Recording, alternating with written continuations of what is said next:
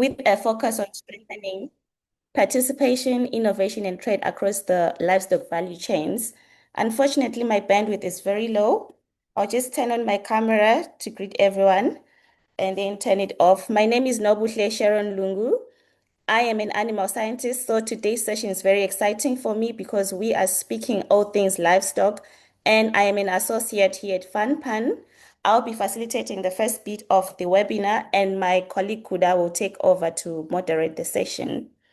So maybe just as a way of background to why we are having these webinars, for those that are joining us for the first time, we have been having a series of webinars as part of a broader initiative that is implemented by FunPan together with the EAC and the SADC with support from AGRA and Generation Africa.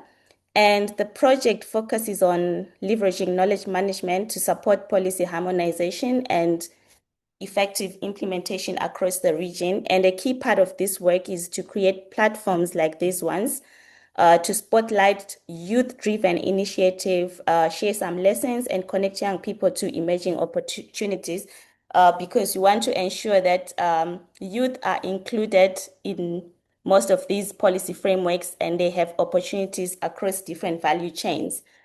As maybe some of us may know that Africa is quite a very much youthful population with more than 60% under the age of 25. And this presents a great opportunity because this is a young labor force that can participate in economic transformation and other innovations. But what we know, and it's almost sounding like a broken record, is that most of our youth are still underprivileged, unemployed, facing barriers such as limited access to finance, skills, markets, and other support systems. And if we let these challenges persist, we risk missing the potential of an entire youthful generation. So that's why we are having webinars like this to to discuss many options in which youth can participate in agribusiness. So today we are focusing on livestock systems. Like I said in our previous webinars, we've had the privilege to showcase young people focusing on different value chains like tea and coffee, and non-timber forest products. So for those that missed the webinars, I'll ask Rachel to share the links. You can still catch up on those. But for today, we are very privileged to feature three young entrepreneurs that are involved in ruminant production. We do have Pole Befole from Lesotho, who is involved in wool and mohair production. We have Fazile Fundile from Eswatini, who is involved in horticulture and dairy. And we also have Raymond Freya from Namibia, who is a goat and sheep farmer. But before we hear from our youth, we are also privileged to have two experts who also happen to be animal scientists. And I'm smiling because they are also female. So we do have Dr. Livnes Banda, who is a lecturer and researcher in animal science and livestock at Luana in Malawi. She will help us set the scene by unpacking the ruminant livestock industry and highlighting potential entry points for you to participate in. And we also have Dr. Pamela Popiwa, who is a research and evaluation consultant specializing in animal science and sustainable food systems. She will provide insights into the policy landscape and opportunities for youth engagement at that level. Following that, I will then hand over to Kuda to moderate the whole discussion. Please engage in the discussions and share experiences and opportunities. I will hand over to Dr. Livnes if you are ready.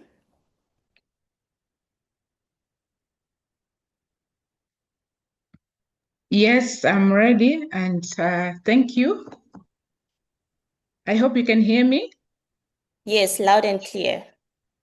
Thank you.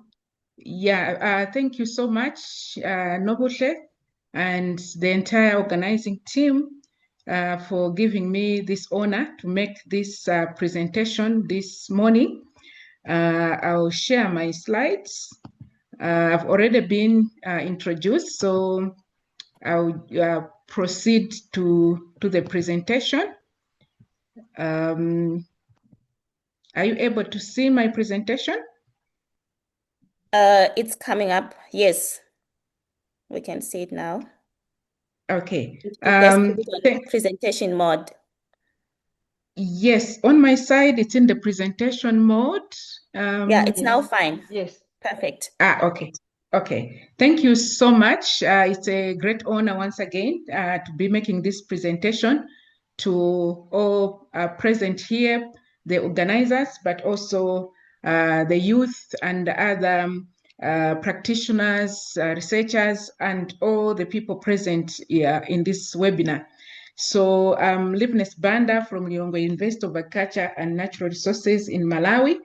As already introduced, I'm an animal scientist, and I'll be presenting on unlocking youth opportunities in ruminant livestock systems, strengthening participation, innovation, and trade in livestock value chains, focusing on the youth. So this is the outline of my presentation. I'll give a brief introduction, and then thereafter just highlight some of the key aspects that can help us to see the general picture of the livestock economy in Africa, focusing on the ruminants, then why it matters that youth participate, then the livestock value chains, the business foundations, standards, compliance, and market access, One Health and animal health priorities, climate resilience, support systems, and then give some selected examples. I know there are entrepreneurs that will speak after me, but I'll just highlight some of the examples that I was able to consider.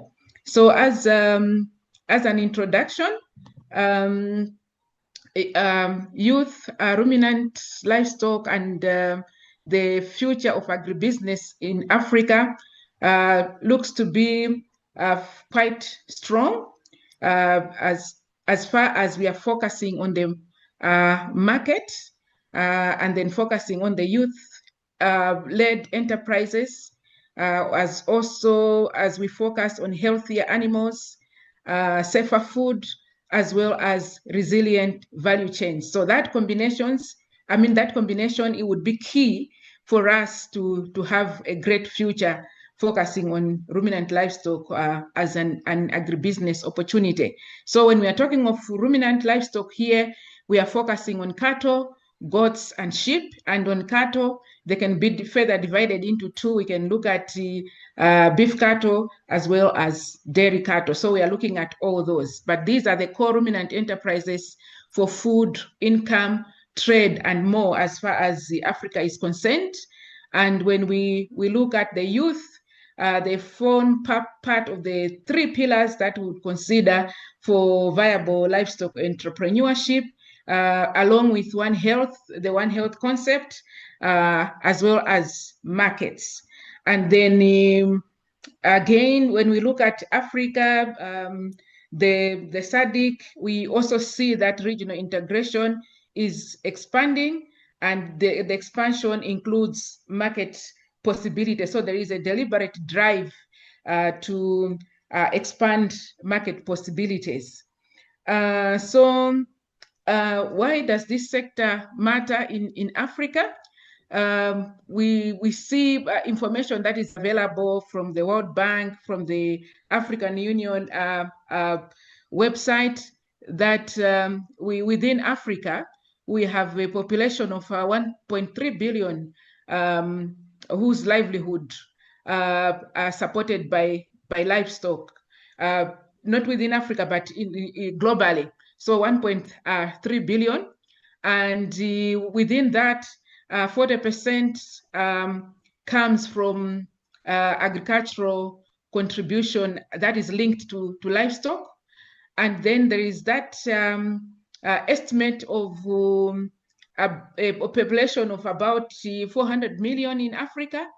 And that 400 million is just looking at the youth aged between 15 and 35. So that's quite a considerable percentage of the youth in Africa that cannot be ignored when we look at enterprises or economies that would drive the advancement and the development of Africa. So livestock is central to food security, nutrition, household income, and many other aspects, as we might already know.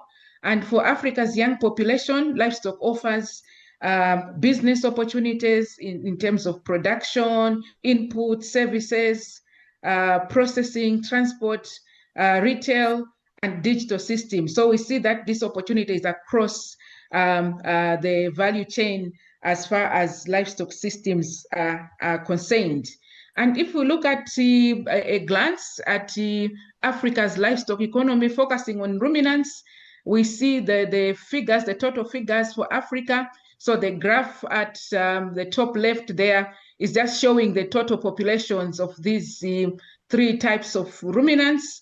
We know that goats dominate, followed by sheep and then cattle, but the distribution of these would vary depending on the region. So of these populations that we are projecting here, going further, looking at the share of each of the regions in Africa, we notice that Southern Africa has the least contribution or the least share. However, it still makes a significant contribution.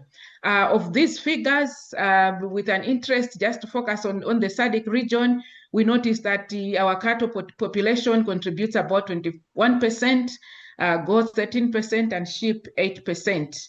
And when we look at the SADC, the core livestock systems are produced through the smallholder systems, and the enterprise space is in those areas. Those are the key areas in terms of feed production, the health of the animals, aggregation, processing, as well as offering markets.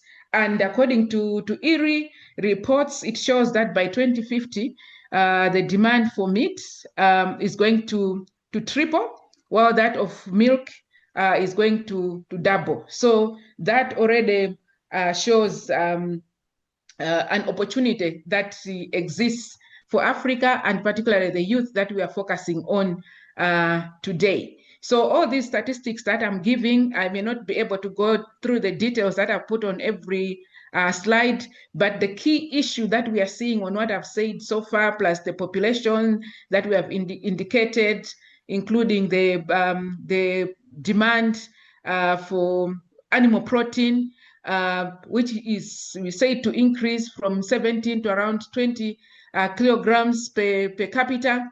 And that demand for animal protein is not just any animal protein, but people are becoming more aware of safety issues and quality issues. So the demand is arising along those lines. So the clear picture is that demand is rising, which is a clear market signal.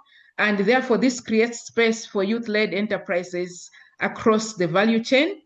And the opportunity is not only to produce more animals, but to build youth-led enterprises around better genetics, feed, animal health, aggregation, processing, and compliance, as well as regional trade. So we are not just thinking local in specific countries, but we are looking at regions in Africa and the entire Africa. Briefly on the ruminant production systems that are currently prevailing in Africa, we have those varying, with pastoral being the most extensive and goes all the way to intensive production systems associated with the higher input systems for finishing either beef animals or milk production, as well as formal markets. But in general, when you look at the production systems in Africa, the smallholder mixed production systems seem to dominate, and these are the ones that will integrate livestock production with mostly use of family labor and local markets, which in general tend to be informal. So most African youth would enter through the smallholder, semi-intensive, or service models, and then scale upward through better management and stronger markets, looking at the opportunities that are available. So why is it that we are emphasizing on the youth? Why does youth participation matter in this case? The youth can serve as across the value chain, as I've already said. So they can serve as producers, they can serve as service providers, they can serve as processors, they can also serve as innovators, which is a key element in digital records, e-commerce, traceability, and market information, which is currently a huge gap on the livestock market. And with the domination of smallholder farmers, who the majority have low literacy levels, the innovators aspect really present a great opportunity for the youth, but doesn't limit them to that aspect alone, but all the other aspects that I'm highlighting here, including market actors, as well as serving as leaders in cooperatives, youth networks, and the agribusiness hubs across the production systems. So if we look at the value chain, this slide here is showing us the ruminant value chain. These aspects have already highlighted in one way or the other, but now I'm just showing them in terms of how they appear in terms of the value chain. So look at inputs. These are just examples of inputs: breeding, stock, feed, fodder, medicines, advisory services. Then in terms of production, it's the beef, dairy, meat, breeding as sheep breeding, and any other production aspect. Then aggregation, we are talking of collection, transportation of live animal, trade, as well as milk backing as examples again. And then on processing, it goes also across either slaughter, cooling, when we are thinking of dairy, packaging. So youth can fit in any of those aspects. Then on the markets, it could be at retail, even at wholesale, as well as all those different levels, including service provision, such as in hotels, as well as the export services. And then again, the livestock, they also play a great role in the circular economy. So you're looking at manure, compost, biogas production, waste reduction. So all those aspects of the value chain create opportunities. So the opportunities are there across the value chain, but I'm also here trying to highlight specific areas. If we consider specific aspects, starting with inputs and services, I'm highlighting here the areas where the youth can be involved: breeding and multiplication, fodder and pasture production. I'm giving examples there. It's not exhaustive, but just for us to appreciate some of the well-established and well-known fodder that people produce include Napier and Bracharia. And apart from actual production, they can also go into processing those into hay or production of silage. Then the feed formulation from concentrates, mineral mixes, the premixes, they are quite on high demand when you look at livestock production. Then animal health support, vaccination campaigns, surveillance support, farmer training, and all those aspects. And then reproductive technologies also give opportunities in terms of AI support. AI there is representing artificial insemination and not artificial intelligence, but artificial insemination support, heat detection, breeding records. All those are opportunities. And then on the digital support, I already emphasized on that aspect earlier on. So these entry points work best when the youth are able to start with a buyer, realistic plans, and also a reliable health plan where it involves the production of animals. This is a critical aspect that needs to be looked at. And then when you also continuing looking at the opportunities, now focusing on the production, aggregation, and the processing, those again are the areas with specific examples that the youth can focus on: commercial goat enterprises, sheep enterprises, beef finishing, dairy enterprises, and production linked to cooling, which is critical in the dairy value chain, and then aggregation and transport. I think across Africa, we find that the transportation of livestock in some cases, particularly under smallholder systems, tend to be inhumane, but it's usually because maybe that opportunity has not been seen as something that people can venture in just to transport livestock in a proper manner, even milk collection. Giving an example of Malawi, we find that farmers depending on the buyer to collect the milk, and therefore they don't have a bargain on the price because everything is being determined by the buyer. So if youth are able to see opportunities in these logistic services, that would create greater opportunities, not only for themselves, but for other smallholder farmers that are struggling. And then the other aspect is that of value addition in various aspects of ruminant products. So the key message here is that youth can enter as farmers, service providers, processors, traders, or digital coordinators. But from existing data, it shows that the highest margin can often come from coordination, quality, as well as trust, which hinges on compliance, which is something that I will talk about earlier on. So for these businesses, the areas that I've highlighted to be viable, there are key business foundations. I'm not an expert in business, but this is basic information that youth would need to have, and maybe even zero in to have skills in to start correctly building, starting with the basics like housing, water, feed, health plans, and records for production of animals, and then a produce for a specific market, and not necessarily just think that I can go into livestock without doing a proper market search. And then keeping records is critical. Investing in health is critical. Biosecurity and disease prevention is critical for protecting our margins in this business related in livestock. Then it's critical also to build networks with buyers, vets, cooperatives, financiers, but also with fellow youth working as teams. The networks are not necessarily just to access our own markets, but even it's for us to leverage on each other's strengths. We have youth that maybe some of them are specialized in business management, while others are specialized in the actual production of livestock. So if such work together, that creates greater opportunity than each of these expertise working on their own. And then another critical aspect is to plan for shocks. We understand we are living in an era of climate change, therefore prepare for shocks such as drought, disease outbreaks, as well as price volatility.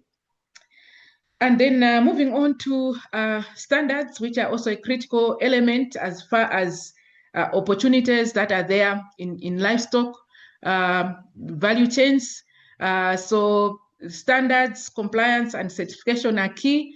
So the key compliance areas include animal identification and traceability, movement permits, and disease control, then vaccination and biosecurity, food quality, and withdrawal periods. So withdrawal periods, that's when the animals have been treated with some specific medication, and there are specific instructions on what needs to be followed, how long one can wait before this the product from that particular animal can be utilized for human consumption. So these are critical issues of standards and compliance. And then why does it matter to focus on compliance issues?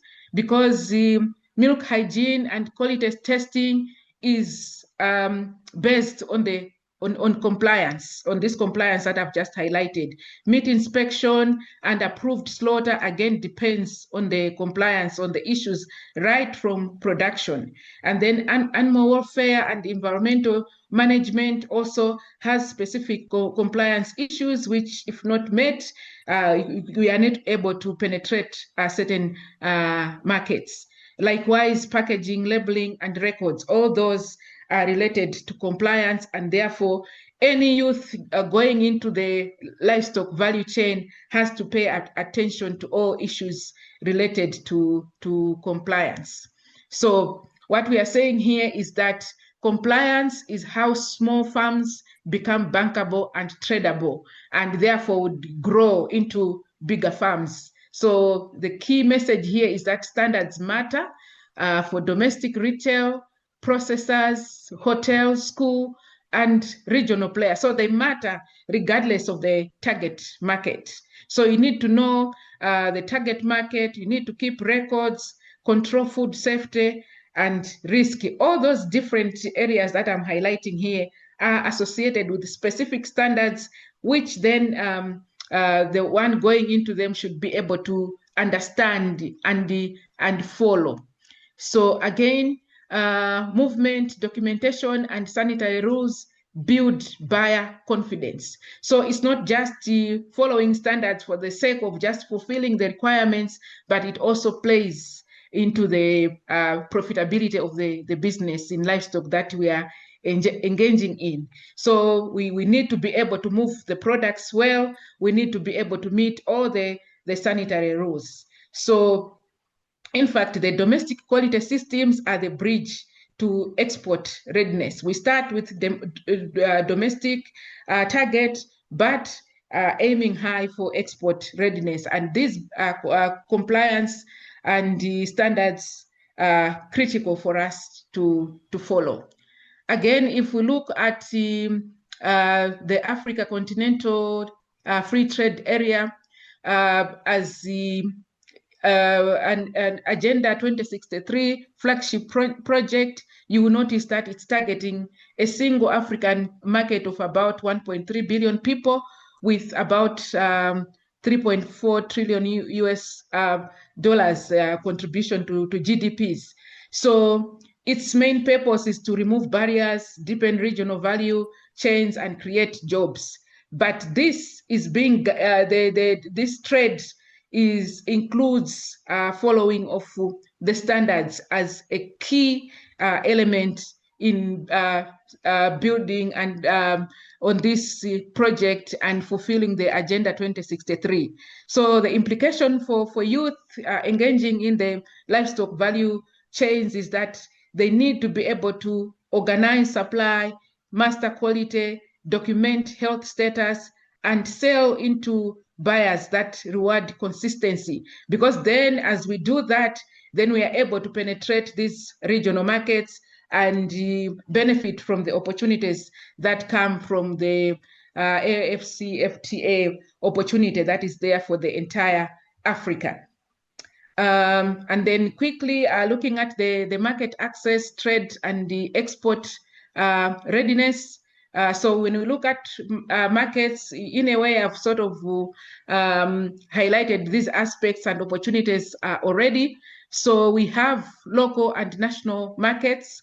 That's within countries, but we also have regional markets. We also have the continental markets. So if you look at the AU-IBA website, it highlights the AFCFTA market access opportunities for livestock producers as well as traders. And therefore, for youth to participate, the youth enterprises need to be consistent in terms of quality, traceability, animal health compliance, documentation, and also reliable supply. So those are the key issues that we need as far as markets are concerned. And then another aspect that I'm also going to touch on is the One Health concept and its importance in livestock entrepreneurship.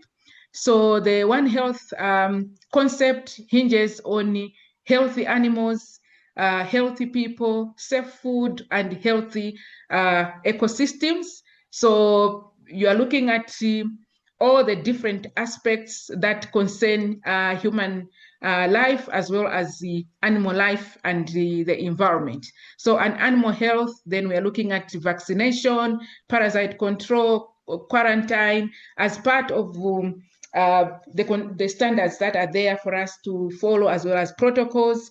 Then on the environment, as far as livestock is concerned, we are looking at manure management, water, and the pasture care as examples. There's more to it, but these are some of the examples that we are looking at.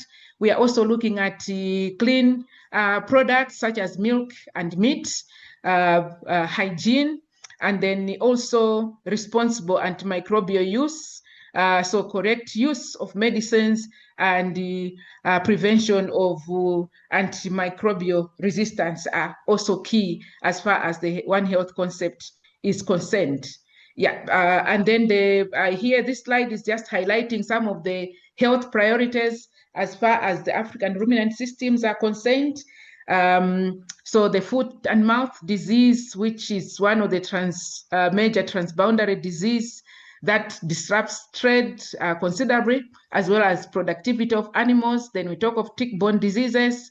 They are also zoonotic diseases such as brucellosis and tuberculosis.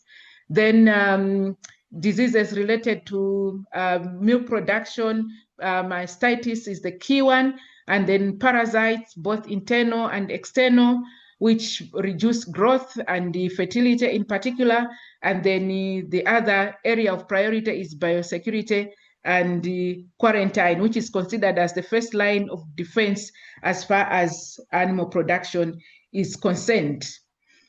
Then quickly, I'll also just highlight on climate resilience and feed security, which is a critical aspect as far as livestock production is concerned. I'm not sure how I'm doing on time. You give me a warning. How much time do I have remaining?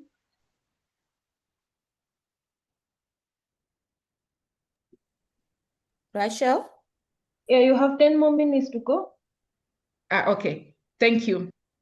Yeah, so moving on to climate resilience and feed security, this is also a very important aspect as far as ruminant production is concerned. So feed shortages and drought are among the biggest constraints in African ruminant systems. And climate smart responses include fodder production, forage legumes production, hay, silage, water harvesting, and better grazing management. So these are things that we should take into account as we delve into these enterprises.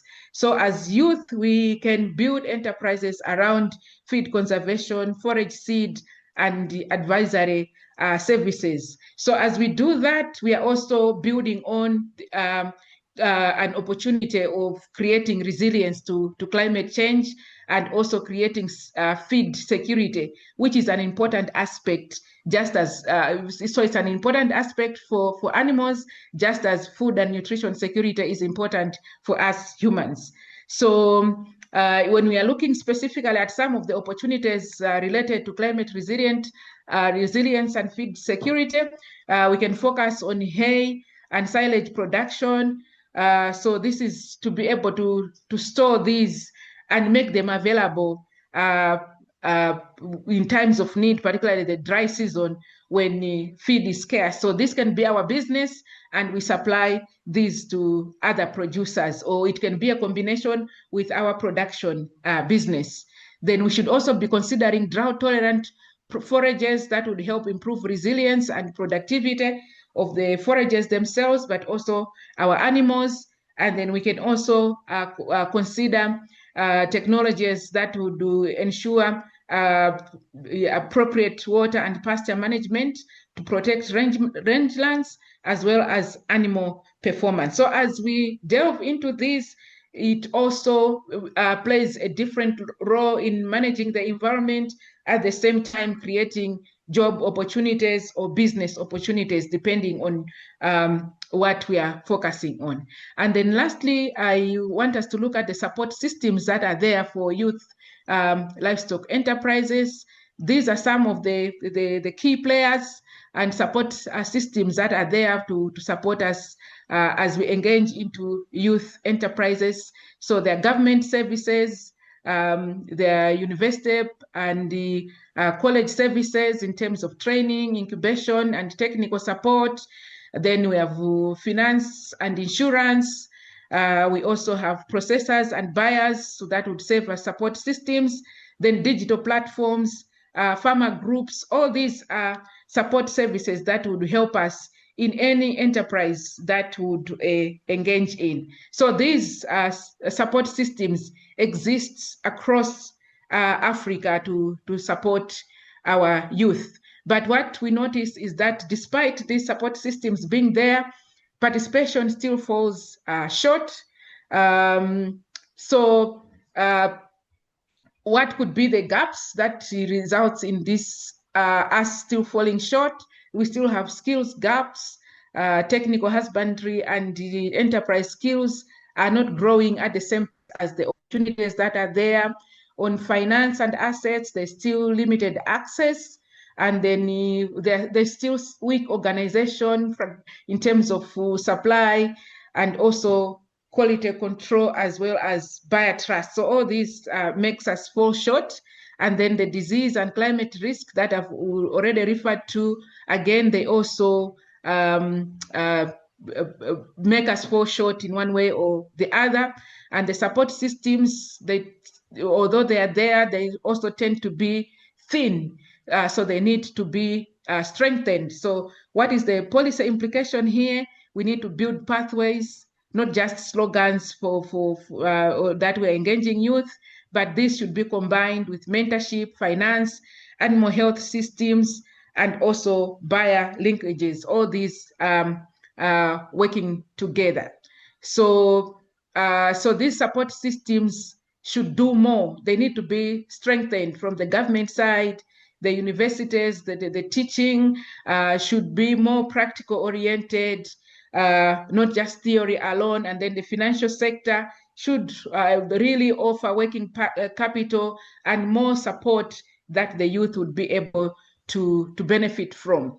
And all the other support systems, the cooperatives and buyers, the development partners, all those have their specific role that they play.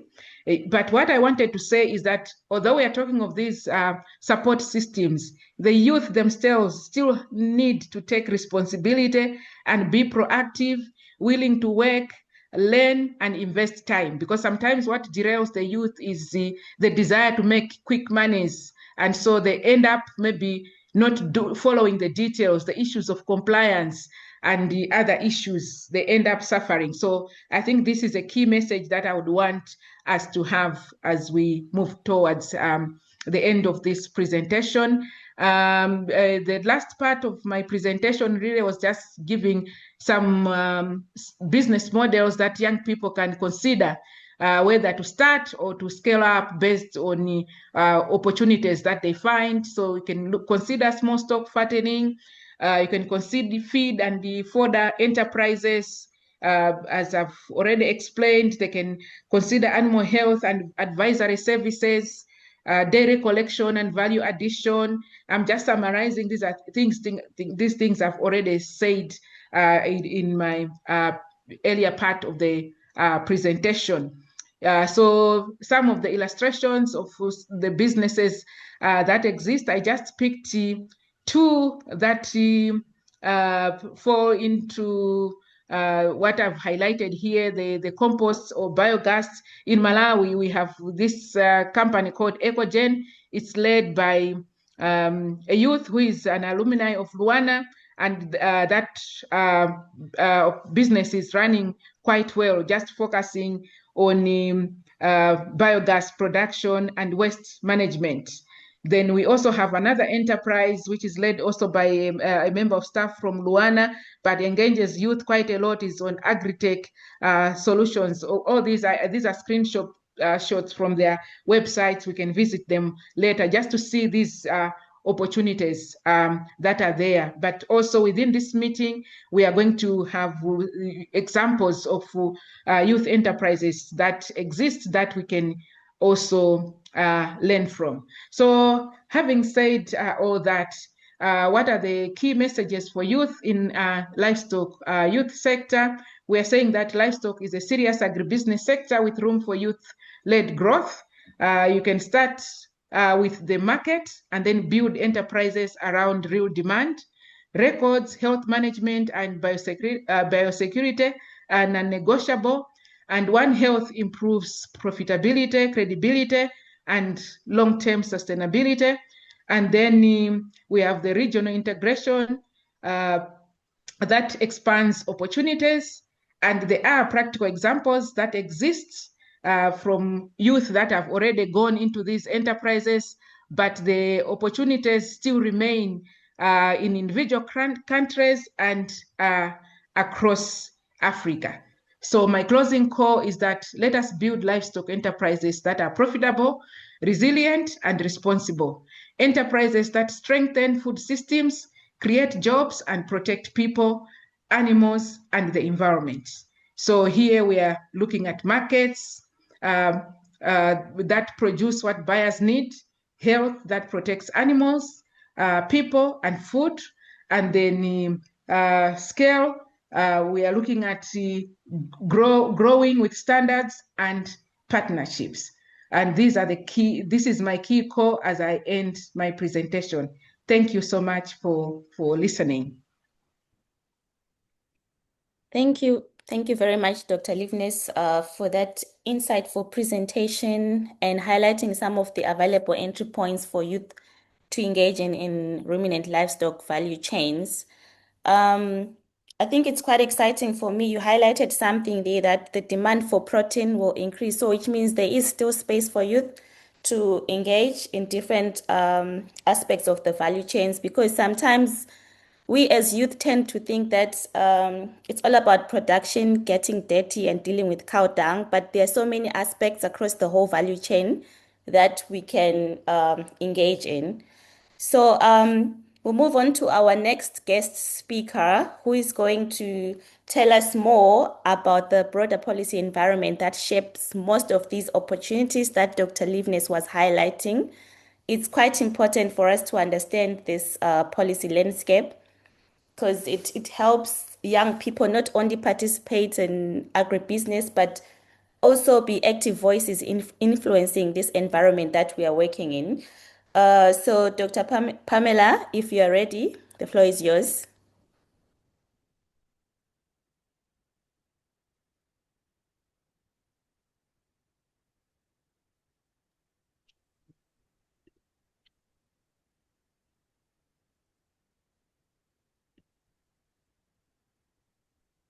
All right. Thank you very much for the opportunity to present. And good morning or good afternoon, depending on where you are. My name is Dr. Pamela Popiwa. I'm a researcher in animal science and sustainable food systems. So I'll be presenting on enabling environment, regulatory frameworks, and opportunities for youth engagement in compliant and competitive livestock systems at national and regional levels. Okay, so when we talk about policy, we often talk about it as a list of documents, frameworks, or strategies. But for youth who are trying to enter into the livestock value chain, the real question is whether the system let them access land, get a loan, see a veterinarian, sell their products, or grow their business.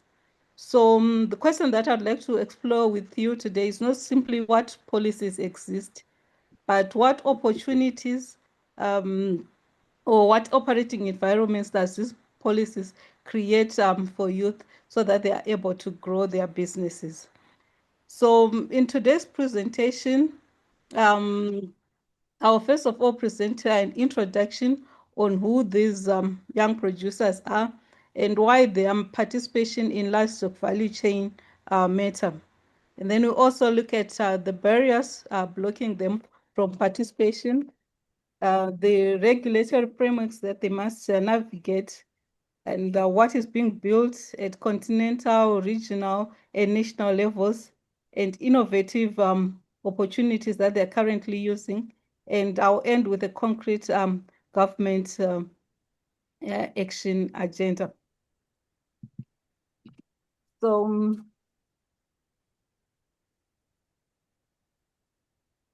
as a way of introduction on who these youth are. So the youth who are in the value chain, they are competitive of entering the formal value chain. Most of them, they have a formal education, they have good business plan, and they also own livestock. But then the challenge is that they do not have formal buyers. They do not have a veterinary record. There's no traceability system and no access to finance. So because of all this, they are invisible, but not because they are unproductive, but the system was not built to see them. But if you look at it, these youth, they really matter because 70% of the region of sub-Saharan population is under 30. So the future of Africa is in the hands of the youth. They need to be empowered with real opportunities so that they realize their full potential. And the livestock sector is also important in Africa because it contributes to 30 to 40% of the GDP. And then the intra-Africa livestock market is estimated to be worth about 151 billion US dollars by 2050. So this means that the youth are sitting at the edge of one of the biggest economic opportunities in Africa. So we need to address the barriers that are presenting them from full participation in this biggest opportunity.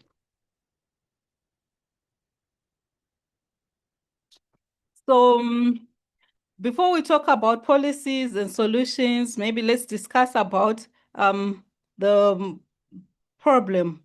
So there are I've identified about 5 interconnected barriers. So the first one is regulatory exclusion. So we see that compliance frameworks that they are designed mostly for commercial farmers and youth who are entering into the competitive value chain, they need to face the same requirements as large operators, yet they have very little resources. So they are already structurally excluded before they even begin. And secondly is the finance gap. So livestock lending, it requires land as collateral. The youth do not own land, and because they do not have assets, it means they cannot access loans. And because they have no loan, it means they cannot buy access, which creates a secular trap. And then the third barrier is the skills and knowledge gap. So the technical knowledge is not matched with regulatory business or market literacy. So most producers do not know about, for example, the SPS standards, let alone how to meet them and to be compliant. And we also have weak market organizations. So youth sell individually, informally, and reactive. There is no collective market power. And lastly, the animal disease risk. So an outbreak can eliminate the entire investment. And those with no insurance, no buffer, and operating outside the formal veterinary system means they are more vulnerable and less compliant. So of these barriers that I've talked about, they are interconnected because clearing one still leaves the other four. But in this webinar, let's talk about regulatory exclusion because I believe that it is a strategic entry point. Because if we solve the regulatory exclusion, we will be able to unlock the other barriers. Okay, so on regulatory frameworks, there are 3 frameworks that youth need to understand. So they shape the market access for livestock producers. So we have the SPS standards, that's the sanitary and phytosanitary standards. So they govern animal health, food safety, and plant health. So the East African community and Southern African development community, they are harmonizing these regionally. So this means that if a producer can meet these standards in one country, they can access market in the other country. So complying with these SPS standards is a gate to formal market, such as school feeding, processors, and export corridors. And then we also have the One Health. Dr. Banda spoke about One Health. So it provides a framework which link animals, humans and environment health. So in practical terms, One Health, it means being able to manage diseases, zoonotic diseases such as brucellosis, Rift Valley, bovine tuberculosis. And then in terms of public health, it means responsible use of antibiotics, because antimicrobial resistance compliance is a growing market access requirement for regional and international buyers. And then for the environmental stewardship, for example, land management, water use, mitigating greenhouse gas emissions, are opening climate finance and green markets premiums. And then we also have ability, which is the ability to trace products from farm of origin to the fork. So it underpins all formal market systems. So a young farmer who is trying to enter into the formal value chain, you need to be conversant with these regulatory frameworks. So compliance with this formal regulations is not, with these regulated frameworks, it's not a burden imposed on youth producers. It's actually a passport to competitive markets, because youth who navigate it can access buyers and prices markets as well that informal producers cannot reach. So governments that make compliance affordable are not adding bureaucracy, they are actually opening doors for competitive markets. So let me say that the policies that we have at continental, regional, and national level, they are favorable for compliant producers. So let me discuss with you how these policies are actually favorable.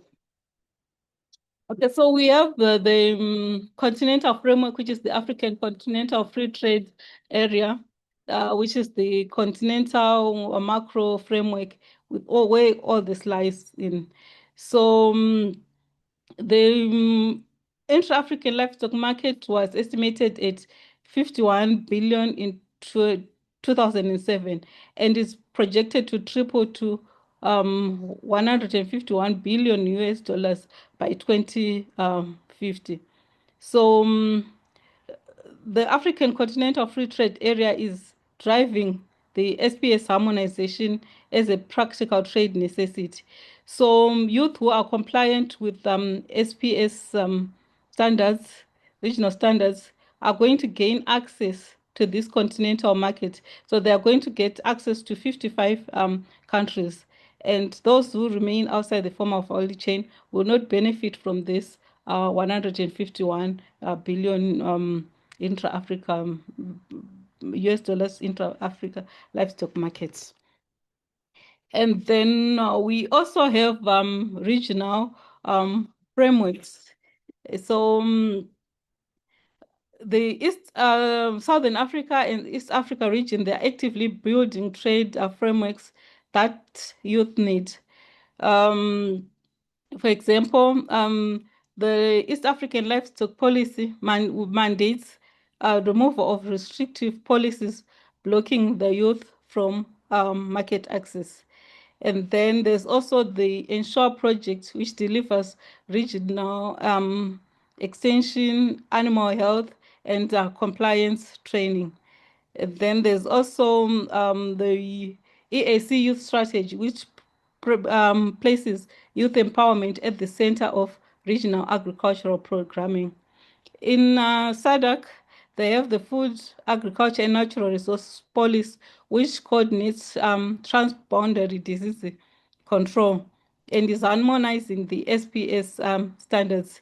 So this will reduce compliance cost of operating across the Southern African border.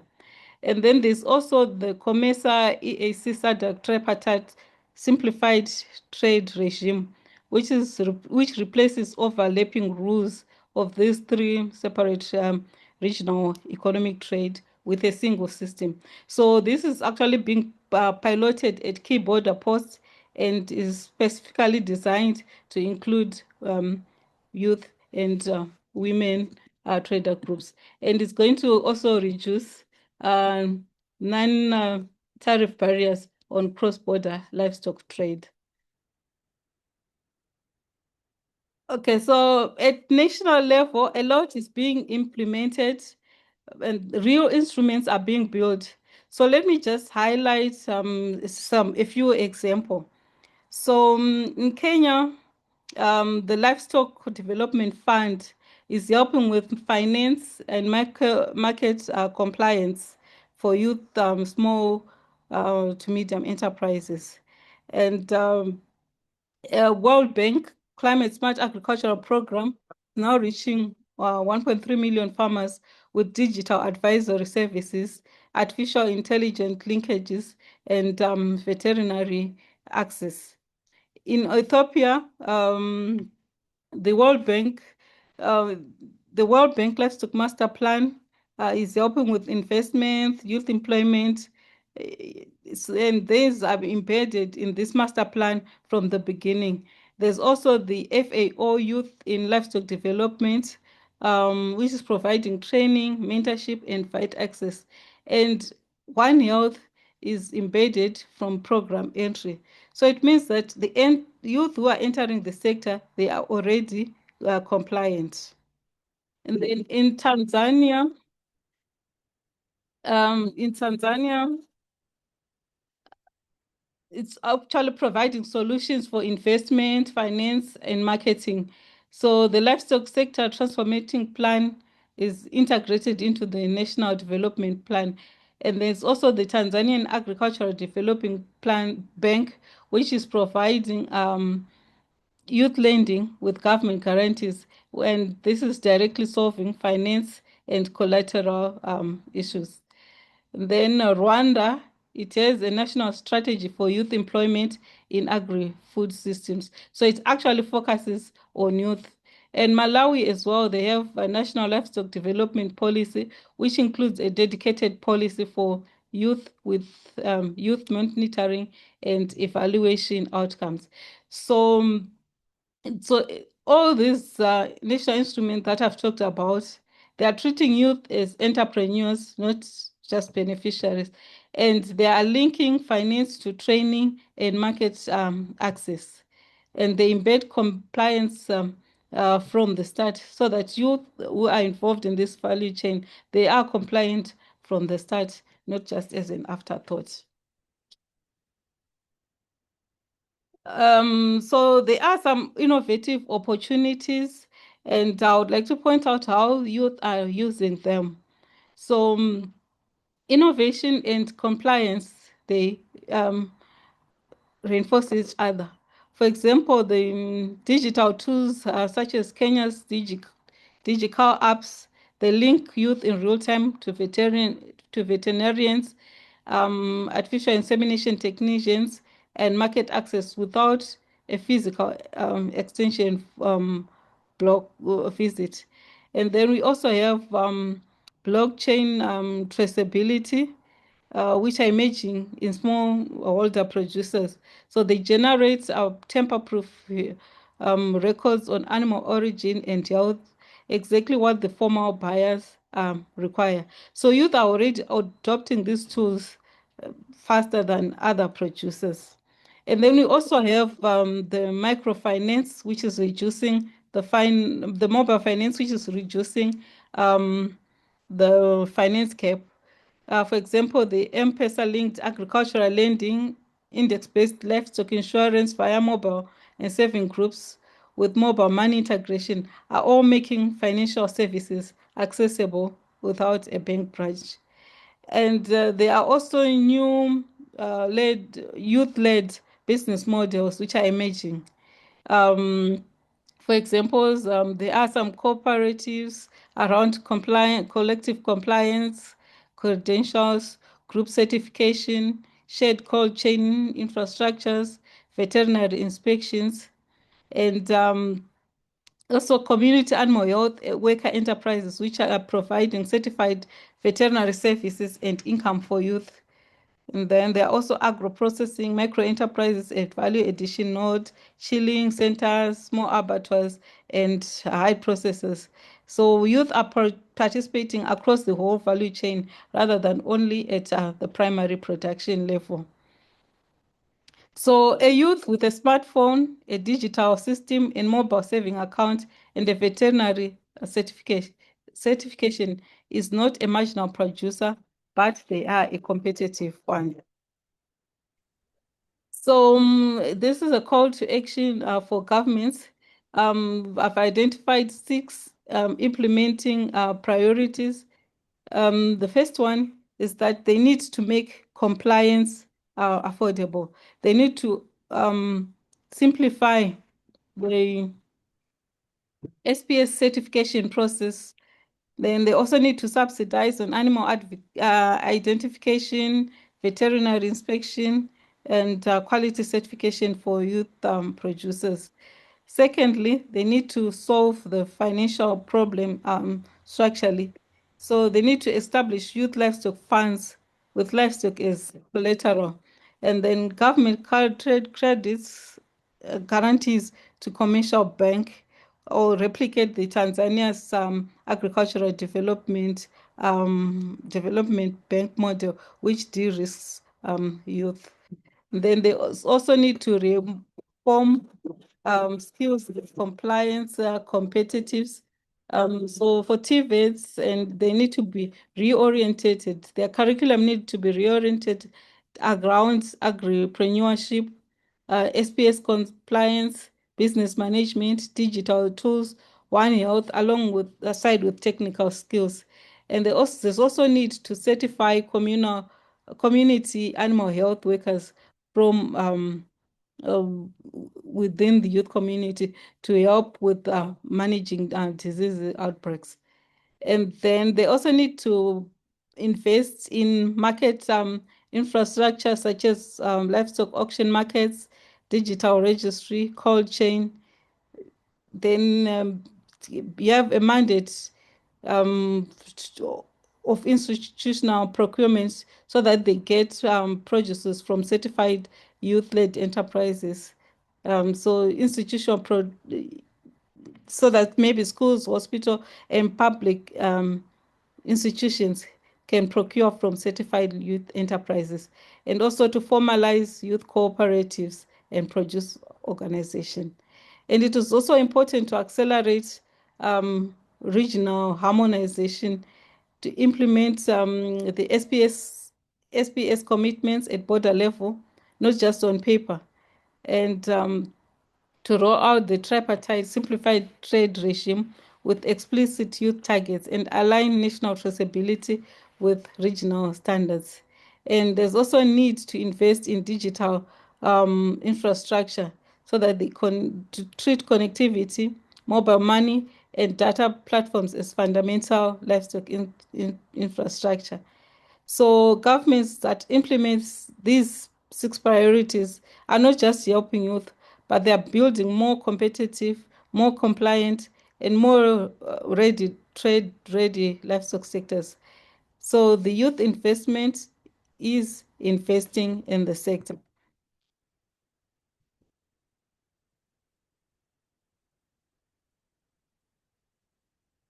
So let me conclude that we have every framework that we need. We have continental, regional, and national instruments. They are all there. But the question is whether there's political will to implement them and fund them properly, connect them genuinely to young people that they are meant to serve. And to governments, every investment in making livestock regulatory environment accessible and navigatable for youth is an investment in the competitiveness of the sector. So we need to build enabling environment and we need to run them. Thank you. Thank you, Dr. Pamela, for that insightful presentation again. I think we've just heard how the regulatory frameworks and policies are shaping livestock systems and how young people need to be informed, prepared, and compliant in order to thrive within these formal value chains. But while these policies create an enabling environment, it is the young people themselves who bring these opportunities to life through innovation, determination, and action. So now we're moving on to a very exciting section where we have young people that are not waiting for the future, but are actually shaping it. These inspiring young people are working in these value chains. They are navigating real opportunities, real challenges, and their stories show that with the right knowledge, resilience, and commitment, success in agribusiness is possible. So I will introduce our youth. I know there are a lot of discussions and comments already going on in the chat. We will have an opportunity for that. But for now, help me welcome our three youth. Paule, in that order you will present, and then my colleague Kuda. Just to check, Kuda, are you around?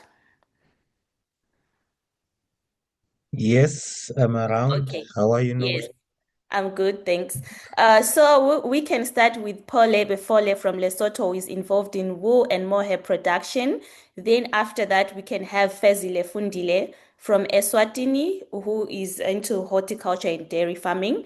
And then lastly, we have Raymond Freya from Namibia, a goat and sheep farmer. After that, Kuda, you will take over. Thank you. Pole, over to you. Thank you, Me.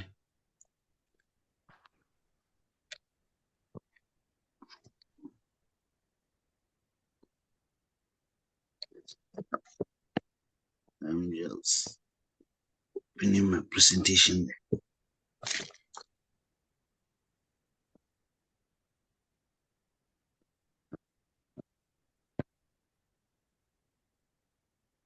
While he's preparing his presentation, I just encourage participants who have questions and comments to just post them on the chat.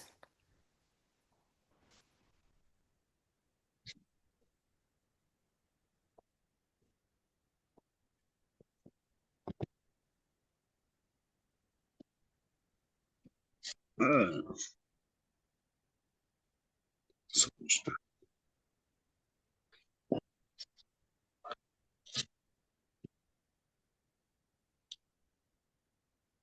Ahmed, I see your hand. We'll have an opportunity for that discussion later on after these presentations.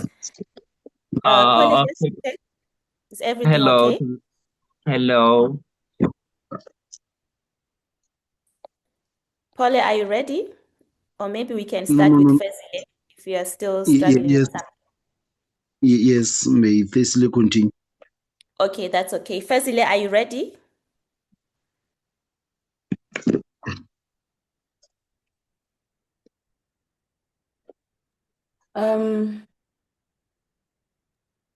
Yes, ma'am, I'm ready.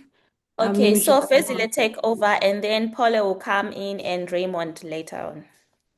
You can go ahead. Okay. Good afternoon. Good afternoon, everyone. I am Desile Fundile Tembe from Eswatini. Thank you all to our distinguished guests for this opportunity to speak through and share my experience about farming. I am supported by S Now from Eswatini. That's my association back here. I am the founder of Setusipo Farm, which started in 2022, whereby I started investing into horticulture, and then where I was also doing dairy farming, and then I diversified into grains, whereby I have seen also in the comment section, a gentleman, I think from Malawi, has commented on what I'll be presenting today. So what I have done, dairy farming is very critical and very, it's like a baby. It's like having a baby, a child whereby you need to take a child to the hospital. You need to make sure that the child is always clean, is always safe, and to make sure that the child is always in the right conditions in order for you to produce meat. So, and also for you to produce quality meat and also high quality milk. So the challenges that I faced back in Eswatini were FMD, whereby foot and mouth disease, whereby almost it has lasted 6 months now, and it started going down this month in April, whereby we have also vaccinated almost close to 300,000 cattle. Though, luckily for us, we are into dairy production, whereby everything, as I said, it's a baby. You need to make sure your baby has all the safety measures in order for them to graze well, in order for to feed well. How I was able to survive, I have diversified my farm into being able to produce grains and feed those grains and produce for my cows, because we do maize and we do dry beans. So we make our own, we call it chop back here in Eswatini, so that we are able to sustain. And what we do during the winter season, we make sure that we graze our animals back into where we had planted our crops, so that we know that if we're into dairy farming, you don't need your animals to graze where other animals graze. And we do not have much land like all other countries, because we are also renting out land. So you cannot do much investments in people's areas because you do not know, or how sure are you when you're going to be taken out. So those are the safety measures that we have been tackling with. And I would advise also that as you are doing agriculture, do not only look into the fact that you are doing animal production only. As Dr. Bander and Dr. Pamela have inspired and shared policies and also shared ways, we need to focus very much into diversification. I'm not only doing horticulture, but I make sure that the horticulture is sustained by the grains. And we also, into this dairy farming, also produce animals and bulls to our local people around the community. And we make sure we sell along the community. Because what is important is starting small in order for you to grow and in order for you to be into the safety measures. Because having animals and also being into like vegetables or any other system of production, you need money. And those are the things that we do not have. So finding a solution in order for you to sustain and generate the money within the business, it helps you to grow, not only focusing on one production. So I would like to end here and thank you for this opportunity and encourage young people to continue growing and achieving. Starting small is the best achievement, because the smaller you are, the larger focus and the larger the dream you want to fulfill. And another advice I would also advise young people out there is that make use of your communal areas whereby you are grazing or whereby you are farming or producing. Make sure you have certain ways or certain strategies, like our strategies, whereby we go and outsource land in on our local communities and make sure that we grow some, have some agreements in order how to grow and produce for them. But at the same time, you're also gaining their land for safety measures and also for you to grow, because we do not have land, so we need to sustain and find strategies on how to manipulate the people and the communities around us, especially because the land that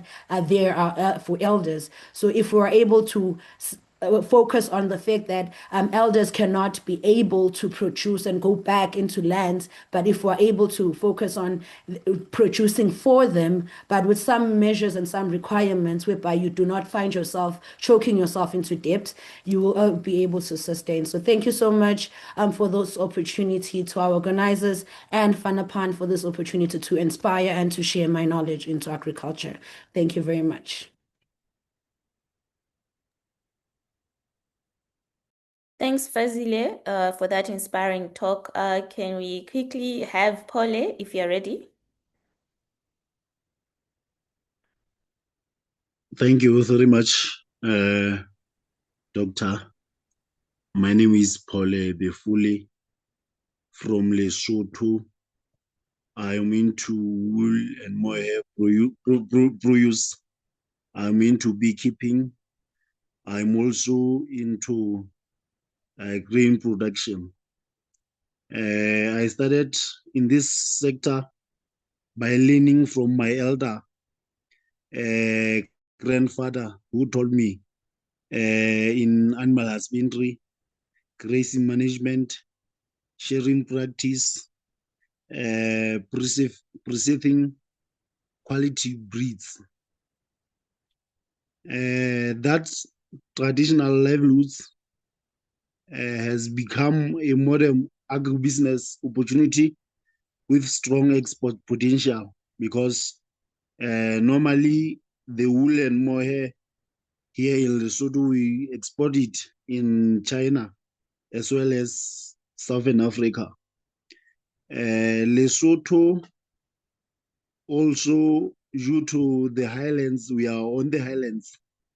We have a clean environment which sustain the production of goats, sheep, and cattle.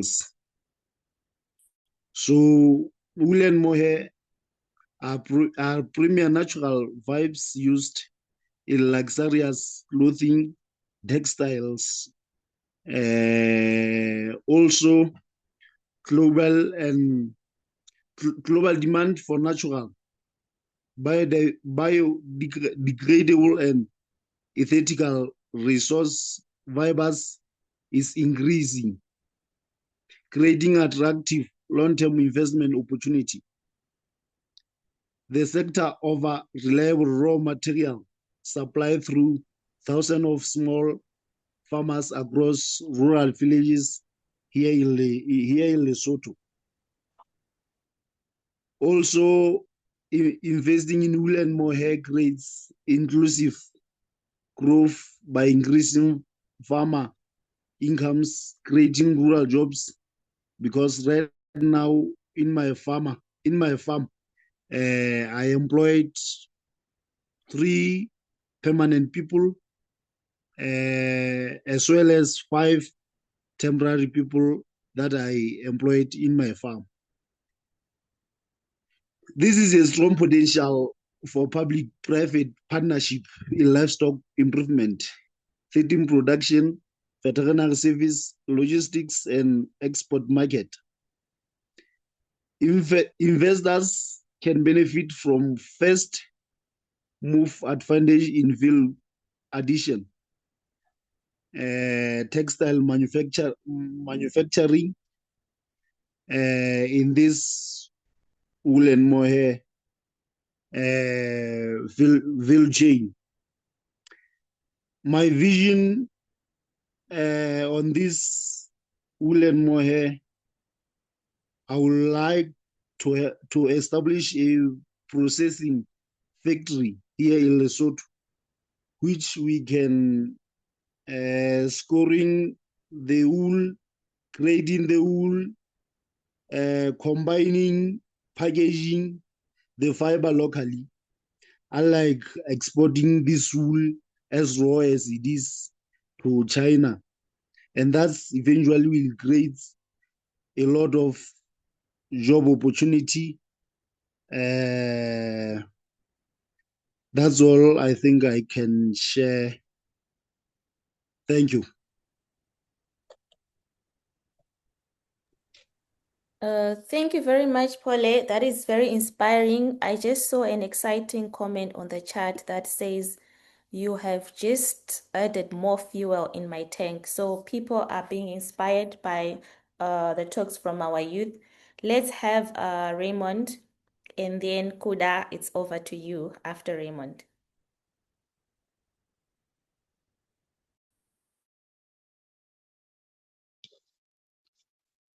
Good morning, everyone. My name is Raymond Fryer. I'm from Namibia, and I represent the Namibian National Farmers Union. I'm a goat farmer as well as a goat sheep, and to rotate during different seasons, we also farm with pigs and poultry. So my experience, my journey with livestock farming started during the COVID-19 period, 2019 to 2020, where my initial occupation as a tour guide working in the tourism industry was interrupted by COVID-19, and I had to shift my focus to a previous passion, also a way of life for us, which is farming, livestock farming. Both my parents and their parents and their grandparents grew up farming. They were actually looking after their own livestock. So it was going back to something which was very familiar.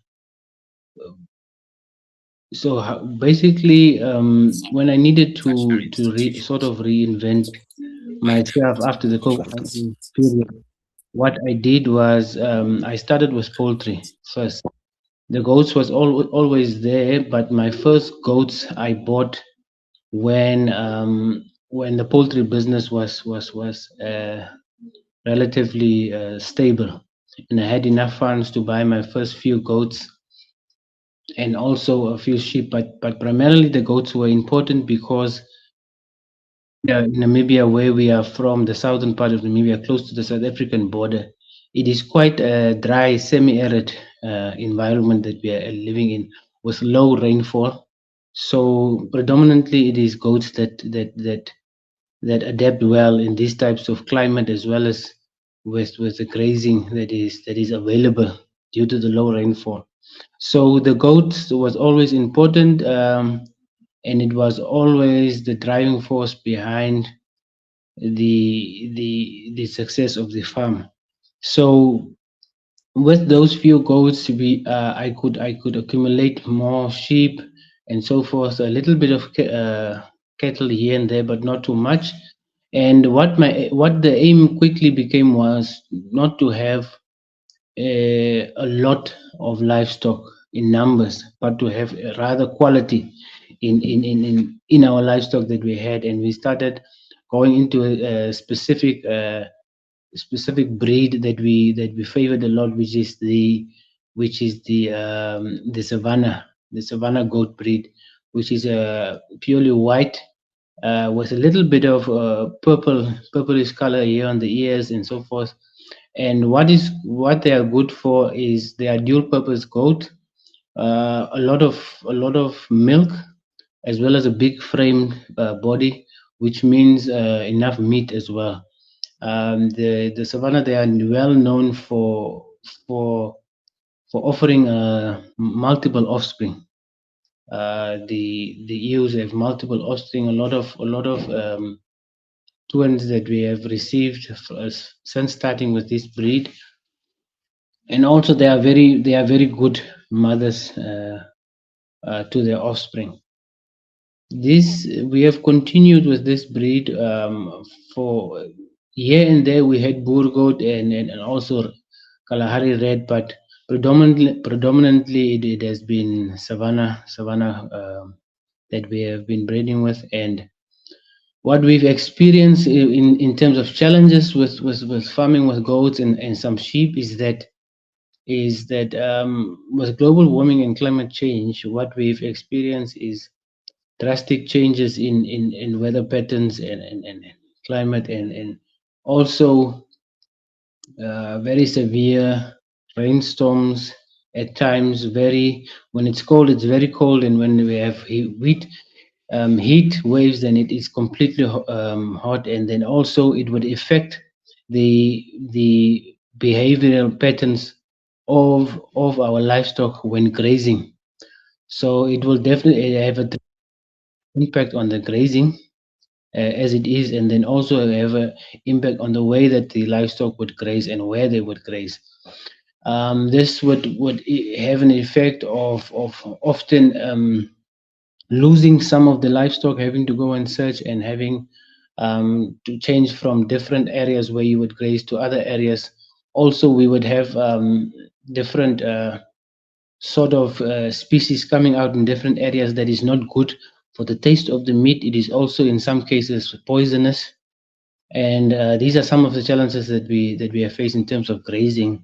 This would be understandable looking at the fact that 45% of the global land is covered by livestock grazing. So this is quite a large number, and this would give us the reason that why it is so why it affects us so much with us that are owning livestock animals, that the moment that the weather changes drastically in a short period of time, then there is a lot of effect, mostly negative, when it comes to controlling our animals in terms of where they graze, how they graze, and also the condition that the animal has, how quickly it picks up on weight, how quickly they are ready to slaughter, and also how effectively they will be able to provide sufficient milk for their offspring.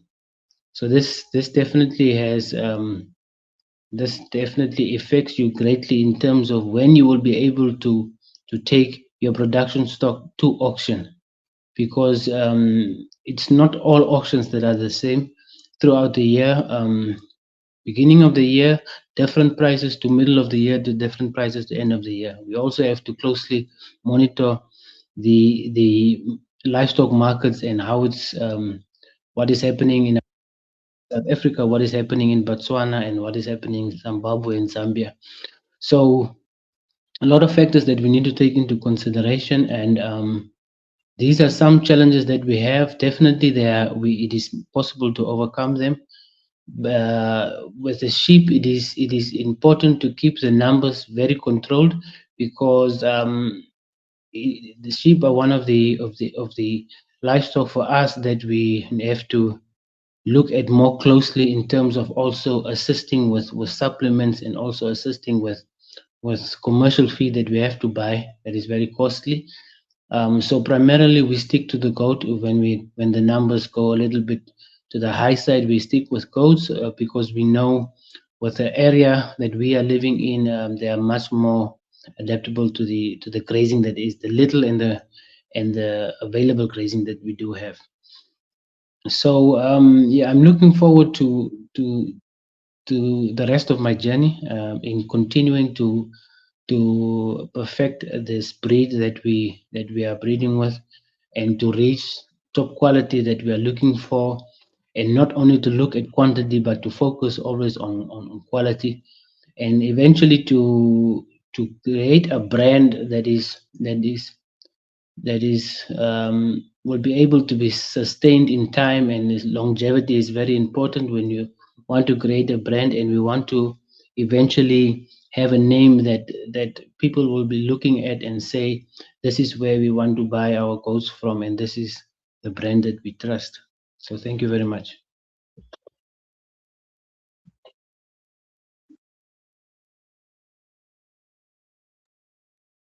Over to you, Kuda.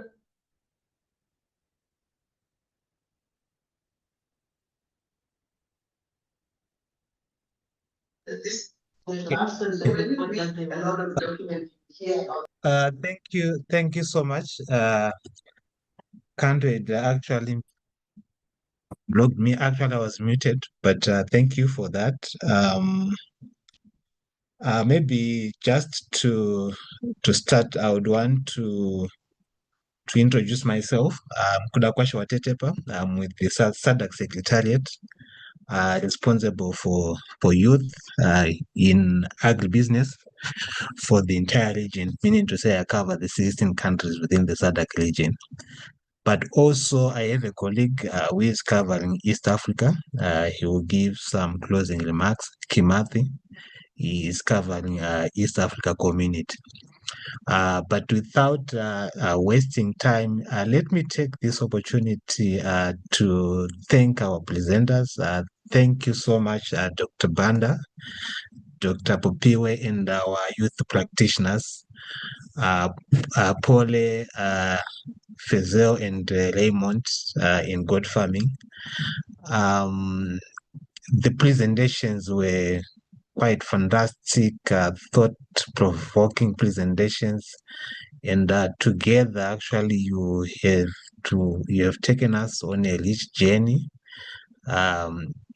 through those three powerful presentations. Dr. Banda opened by unpacking the small livestock sector and walking us through the entire value chain. She reminded us that livestock is not just farming, it is a serious business sector with immense room for youth growth. Her call was clear: start with the market, build the enterprise around the real demand, and ensure you are positioned to capture the value. That was very powerful. And also Dr. Popiwe came through and she did an analysis from a policy perspective and also regulatory perspective. She highlighted both the opportunities and the barriers, regional regulatory frameworks that we have at SADC region, limited knowledge, inspired standards, weak market environments, and ever-present threats of diseases that can halt businesses overnight. So it was very exciting to learn about these things that we need also to take into consideration when we venture into this business. So at this point, I would like to ask Dr. Banda and Dr. Popiwe actually to share the presentations for reference to our participants. It was quite insightful, and I thank you for the time and also sharing rich knowledge. Thank you for that. Then finally, our youth practitioners brought the voices of practice, which was very critical, breathing life into the sector and showing us what it means to do the work every day. I liked the three presenters actually. They were now giving us the advantages and disadvantages of different.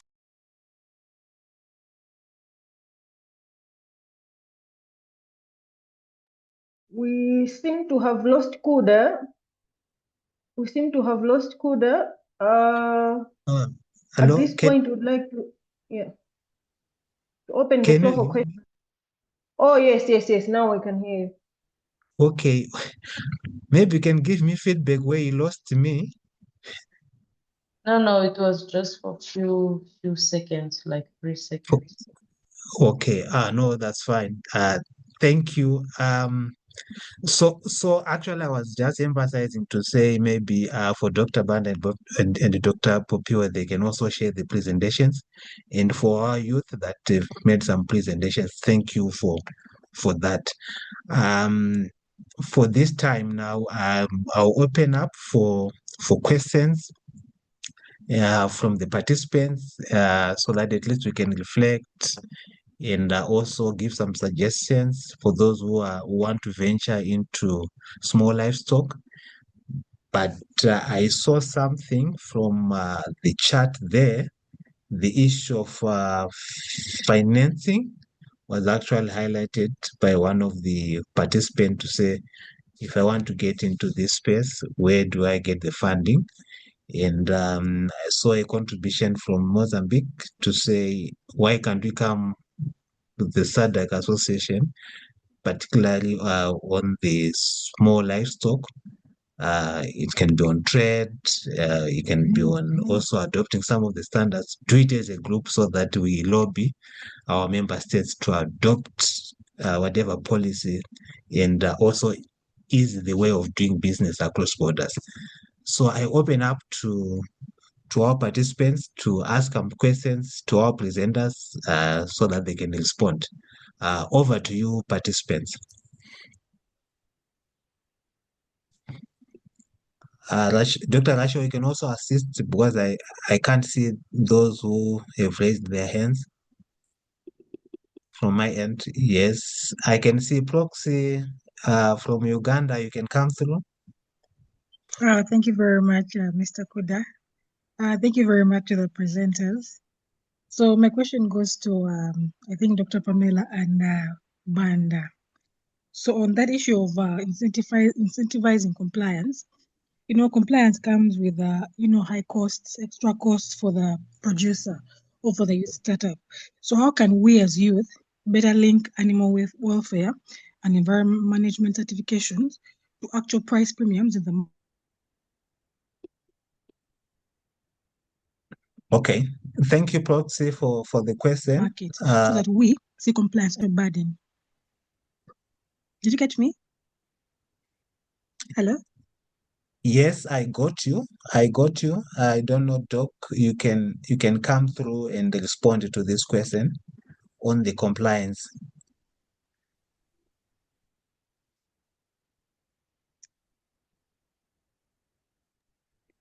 On my side, I didn't hear the full question.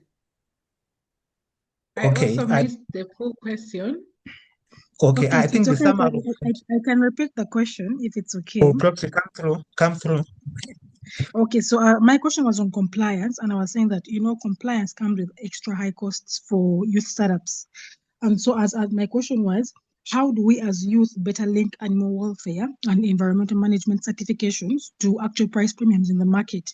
Because we want to see compliance as a competitive advantage rather than just a financial burden.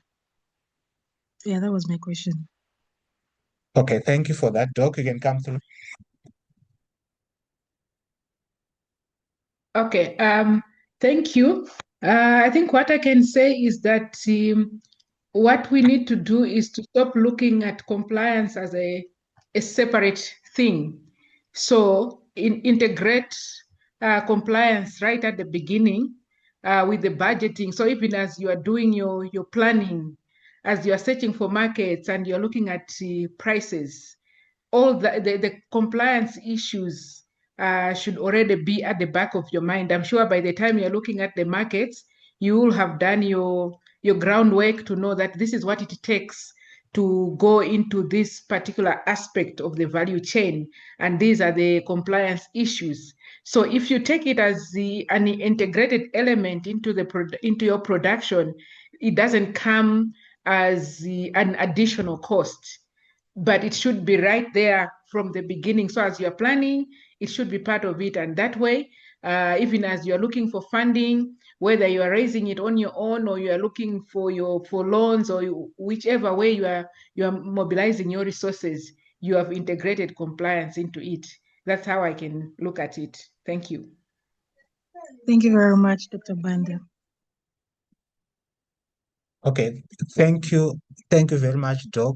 I think you can also respond to issues to do with the financing.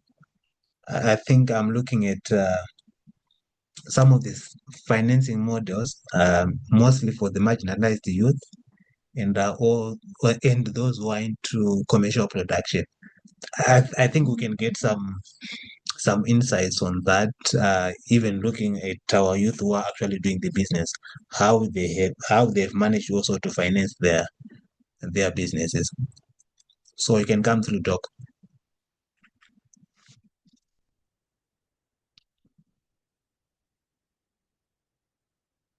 On the financing, at the moment, what I can say, I think there are various opportunities, as you, in a way, you already started alluding to say that there are opportunities for youth. I think governments are coming up with the different platforms to support the youth.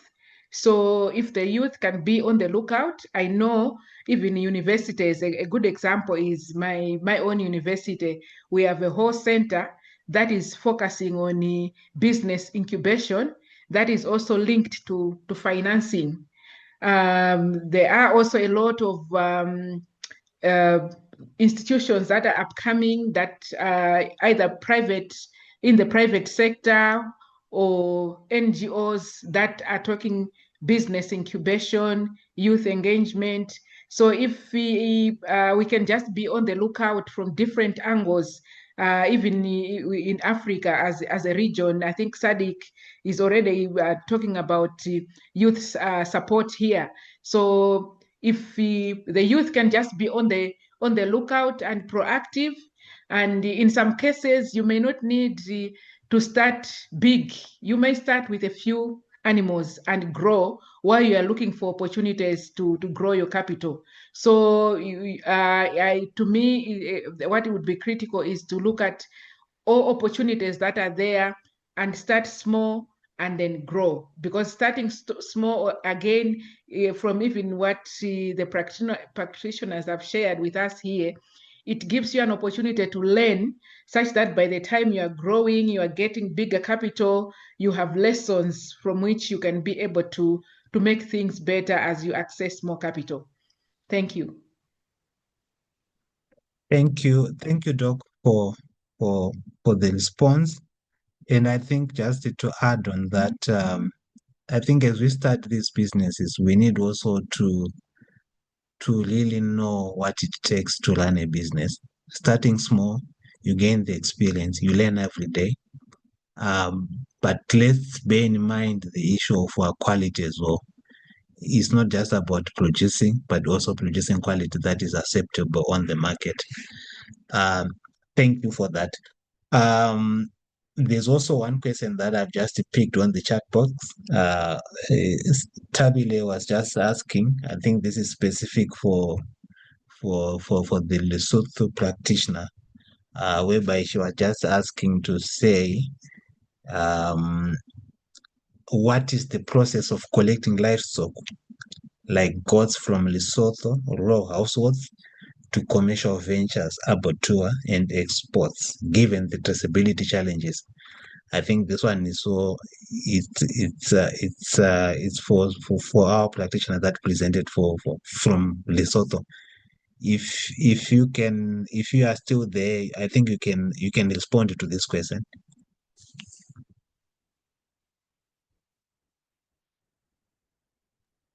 Thank you. I just responded it on the chat box. Okay. Maybe I can read it for the benefit of the participants. You said, I see great opportunity in collecting goods from rural households and supplying commercial abattoirs and export market. The process starts by organizing farmers into village groups, registering owners, tagging each goat for traceability. Animals are then collected at a local buying points, weighed, inspected, and farmers paid. Health goats move to feedlots for finishing, then to abattoir for hygienic slaughter and packaging. I think, thank you for the response. He was just outlining what is required so that at least we can trace as we move our goods from the raw areas to the abattoir and ultimately for the export market. I don't know if we have other questions. I don't see hands there. I see Tabile. Tabile can come through. Yeah, thanks, Chair. I'm not sure if I'm audible. Yes, you are. You are. All right. Thanks. Yeah. I also want to also congratulate the speakers from their presentations. Hopefully that they will be shared with all of us. Yeah. So the question is answered one, and then also a follow up into it. I think actually even the colleague from Namibia can also come and assist on that. So for one, I get the part that they get to sort of collect farmer these by grouping the farmers themselves, and what is the population of the goat if it's possible from Namibia? Because now I'm looking at this at an scale, looking in terms of it from, for instance, South Africa, or take specifically one province, which is Eastern Cape, which quite is leading in producing livestock here. So now, what is the process of getting it? I get that he's explained it, but how scattered it is, because, for instance, you will have a village that have about 5. So, are you having some kind of a transportation that collects it across the villages that I have, or you will have what they call it, an auction where all the farmers and from a specific village will be let known that there's going to be a specific auction so that the farmers can take their livestock themselves to there, or is there a transport that is kind of provided, then it collects this across specific villages, because I think it's a tedious process, I must say. But it's also depending on the scale. That's why I was asking, what is the population of, for instance, of the goats in Lesotho, if it's possible to answer that. Thanks. Thanks for that question. Our practitioners, we can respond to. We'll start with the guy from Namibia, followed by the one from Lesotho. Paul.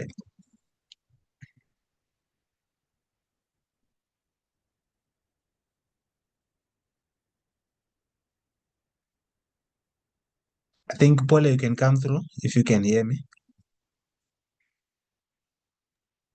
Thank you. I'm not quite sure about the population of the goats across the country, but the transport is provided to assist those farmers to collect those sheep, so those goats to the abattoir. Thank you. Okay. Thank you. Thank you for the response. I see Joseph, you can come through with your question.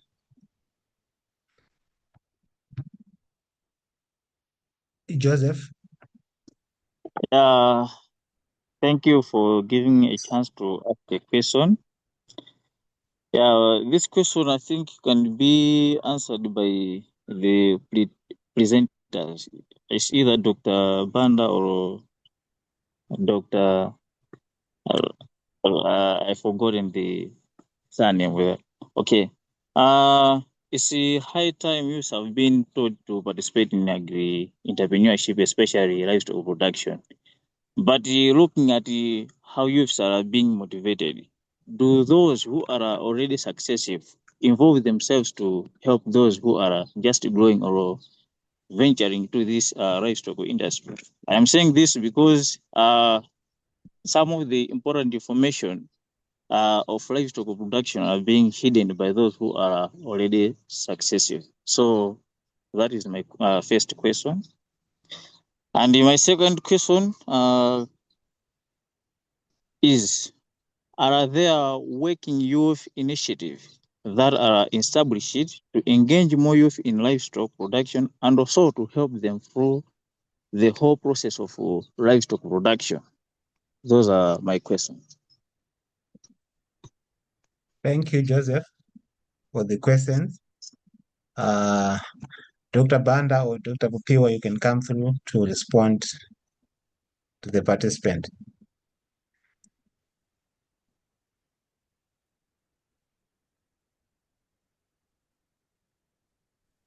My colleague can start and then I can come in. I shouldn't dominate the response. Okay, no, that's fine.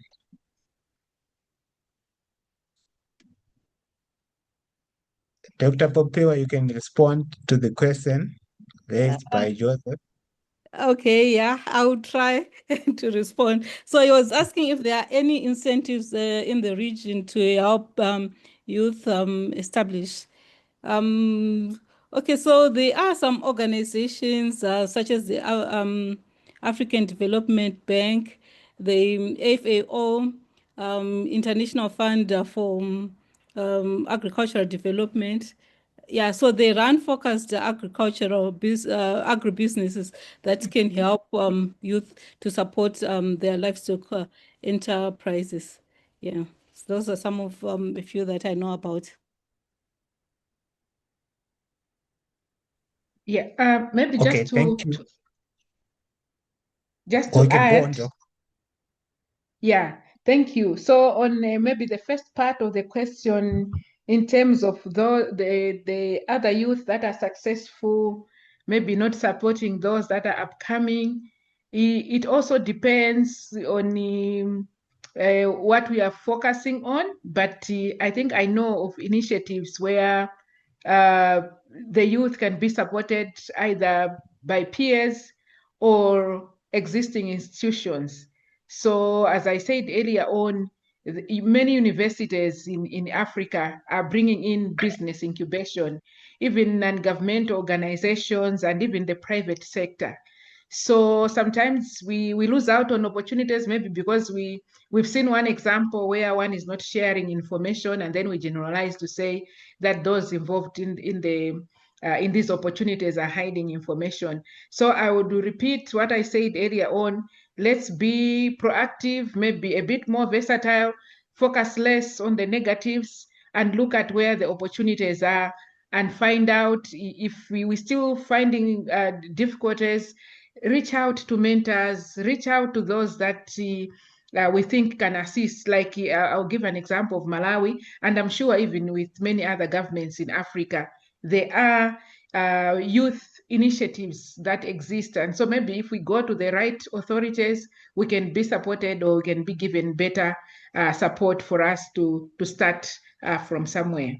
Thank you.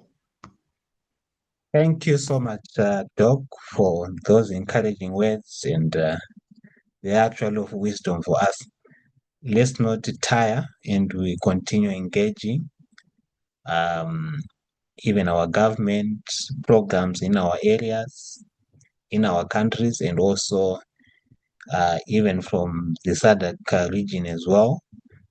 We'll make sure that through these webinars, we provide that information for those who want to venture into small animals. These goats, chickens, and what have you, you can also participate. But let's take note, we have a poultry flagship program that is still at design, but now we are moving on to actually bringing it to life for the targeted countries, but also for the region.